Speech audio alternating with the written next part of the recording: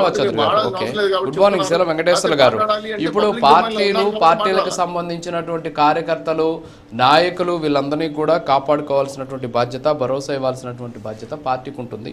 So రకరకాలుగా అంటే అనేక రూపాలుగా సహాయాలు చేస్తుంటారు, అనేక రకాలుగా వాళ్ళకి భరోసా ఇస్తూ ఉంటారు. కాకపోతే ఇక్కడ మన ఆంధ్రప్రదేశ్లో చూస్తున్నాం, టీడీపీ కావచ్చు, అలాగే జనసేన కావచ్చు, వీళ్ళు అధికారికంగా చాలా పగడ్బందీగా కార్యకర్తల కోసం, కార్యకర్తల సంక్షేమం కోసం వాళ్ళు తీవ్రంగా ప్రయత్నాలు చేస్తూ ఉన్నటువంటి పరిస్థితి. వైసీపీలో అలాంటి వ్యవస్థ లేదు. ఇది లేకపోవడం వల్ల ఆ పార్టీ క్యాడర్లో ఒకంత నిరుత్సాహం ఉందేమో అనేటటువంటి ఒక చిన్న ఆరోపణ, విమర్శ, లేకపోతే బయట టాక్ ఉంది. మరి దీన్ని ఎలా చూడొచ్చంటారు? గుడ్ మార్నింగ్ రాజు గారు, మీకు అలాగే ప్యానల్లో ఉన్న మిత్రులందరికీ నమస్కారం అండి. ఈరోజు టాపిక్ ఏంటంటే కూటమి పార్టీలు అలా, వైసీపీ ఇలా. అది ఎప్పుడు అంతే డిఫరెంట్. ఫస్ట్ నుంచి కూడా మీరు చూడండి, అసలు తెలుగుదేశం పార్టీ పుట్టిన దగ్గర నుంచి ప్లేనరీ ప్రతి సంవత్సరం ఎన్టీఆర్ పుట్టినరోజున, అంటే ఎన్టీఆర్ జన్మదినం రోజున మే 28వ తారీఖు, అంటే నేను కూడా పుట్టినరోజు, ఆ మహానుభావుడు పుట్టినరోజు, ఆ డేట్ నేను అదే రోజు పుట్టాను కాబట్టి నాకు బాగా గుర్తు.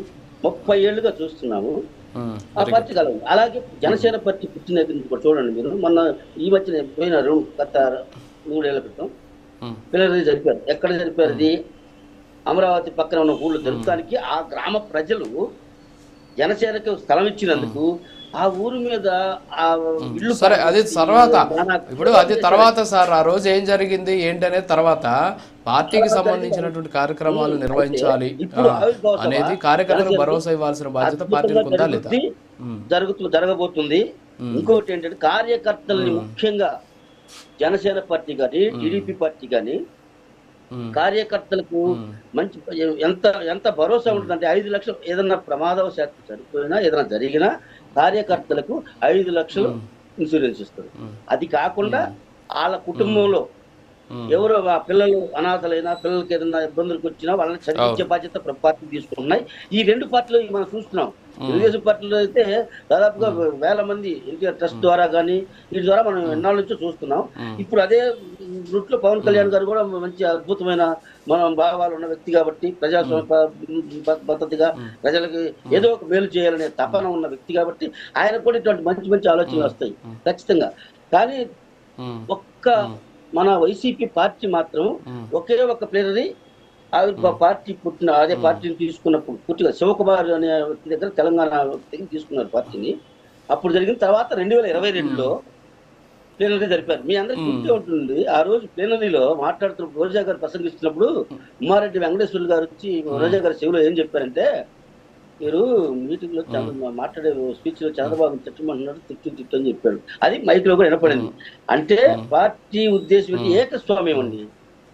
వైసీపీ పార్టీది ఏకస్వామ్యం, మిగతా ఈ 2 పార్టీలది ప్రజాస్వామ్యం. మేము కళ్ళారా చూస్తున్నాం కాబట్టి. లేకపోతే వైసీపీ మీద నాకెందుకు. ఇంకొక విషయం వెంకటరెడ్డి గారు కూడా చెప్పాలి. నేను వెంకటరెడ్డి గారు, మీరు నన్ను ఏదో గత డిబేట్ కూడా అపార్థం చేసుకున్నట్టున్నారు.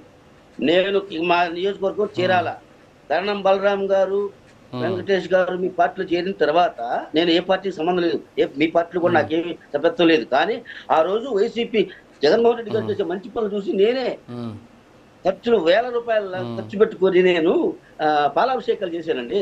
సంవత్సరం చూసిన తర్వాత పార్టీ నడవడిక చూసిన తర్వాత ఏ పార్టీ అంతే, తెలుగుదేశం అంతే మంచి పని చేస్తే సమర్థిస్తాం, చెడు చేస్తే విమర్శిస్తాం. ఆ టైంలో నేను వద్దనే కొన్ని కాంట్రాక్టర్ కాదు, సామాన్యమైన ఒక కార్యకర్తని, బీసీ నాయకుడిగా బీసీ సంఘాలతో ఉద్యమాలు చేస్తూ ఉంటాం ప్రజల కోసం. అయితే నాకు కూడా 10 లక్షల కాంట్రాక్ట్ నన్ను ఎత్తిన పెట్టి, నా భార్య మెడలో నాంతాడు, నా చేతికున్న ఉంగరాలు, నా బ్రాస్లెట్ కష్టపడి సంపాదించుకున్నప్పుడు బ్యాంకులోని 3.5 సంవత్సరాలండి ఆ బ్యాంకులోని. ఆ రోడ్డుకి నేను డస్ట్ వస్తు అన్ని కోసి పెడితే నీటిగా వేస్తాం మా బజార్లో, మా వీధిలో అని చెప్పి పురిక్ని తీసుకో వద్దనే కొన్ని నా నెత్తిన పెట్టారు మా మండల ప్రెసిడెంట్ ఇక్కడ. ఎందుకు ఆ పార్టీతో కలిసి నేను పెద్ద తీసుకోలేదు, మంచి పనులు చేసిన సపోర్ట్ చేస్తూ చేసా కొన్ని పనులు. 1 year మాత్రమే. మీరు కావాలంటే నా గురించి విచారించండి, చెల్ల వెంకటేశ్వర అంటే ఏంటో. అటువంటిది ఆ 3 లక్షలు బ్యాంకులో పెట్టి తెచ్చుకోలేకపోయాను తోటి. నేను ప్రతి సంవత్సరం 30,000 వడ్డీ కడుతున్న వెంకటరెడ్డి గారు, మీ పుణ్యమాని మీ పార్టీని ఈ రోజు సపోర్ట్ చేసినందుకు ఆ ఒక్క సంవత్సరం. తర్వాత సరే ఏ పార్టీతో నాకు సంబంధం, ఏ పార్టీలో సభ్యత్వం కూడా లేదు, సొంత పార్టీ పెట్టుకున్నాం. ఆ తర్వాత 2 ఏళ్ల క్రితమే ఈ పార్టీలో నేను ఏదో ఎమ్మెల్యేలుగా నిలబడటం చేస్తున్నాం. అయితే మీరు నేర్చుకోవాల్సిన ఒకటి, ఇందాక మీరు వెంకటరెడ్డి గారు మాట్లాడుతూ పక్క పార్టీల్లో వాళ్ళకి ఎందుకు మా గురించి అన్నారు. అదేమిటండి అసలు ఇప్పుడు నన్ను అడిగితే మీకెందుకండి మీరు పక్క పార్టీ అంటే సరిపోతుందా? మీరు మరి ఎందుకు విమర్శిస్తున్నారు పక్క పార్టీలని? ఈ పార్టీని ఆ పార్టీని ఇందులో ఇది జరుగుతుంది, మీరు అది ఎందుకు చేశారు, మీరు ఇది ఎందుకు చేశారు, మీ పార్టీలో ఇలా జరుగుతుంది, మీరు ఇలా చేయకూడదని అడిగే క్వశ్చన్ నీకు ఉన్నప్పుడు మీరు కూడా తీసుకునే అలవాటు ఉండాలి. మీ ఆ ఉద్దేశంతో ఎదుట ప్రశ్నించే అర్హత కూడా మీరు కోల్పోతారు. ఒకటి. రెండవది, మీ దగ్గరికి వస్తా మళ్ళీ మీ దగ్గరికి వస్తా సార్. ఒకసారి వెంకటరెడ్డి గారు మాట్లాడతారు. ఒక నిమిషం వెంకటేశ్వర గారు మీ దగ్గరికి వస్తారు. పవన్ కళ్యాణ్ గారిని కార్పొరేటర్కి తక్కువ ఎమ్మెల్యేకి ఎక్కువ అని ఆయన ఫ్రస్ట్రేషన్ అన్నారు. సరే అవన్నీ కాదు సార్, ఇక్కడ మనం సబ్జెక్ట్ డిబేట్ కాకూడదు. సెలవు వెంకటేశ్వర గారు ఒక్క నిమిషం ఉండండి, ఒక్క నిమిషం వస్తా. మీ దగ్గరికి వస్తాను నేను వస్తాను సార్, మీ దగ్గరికి వస్తా. ఒక్క నిమిషం ఆగండి. వెంకటరెడ్డి గారు రియాక్ట్ అవ్వండి ఒక్క నిమిషం. వెంకటేశ్వర గారు మీరు ఆప్తేనే మాట్లాడతా. వెంకటేశ్వర గారు రాజకీయ విశ్లేషకులు అని పడింది కింద, అంటే ఏ పార్టీకి సంబంధం లేదు అన్నాడు. ఏ పార్టీకి సంబంధం లేనా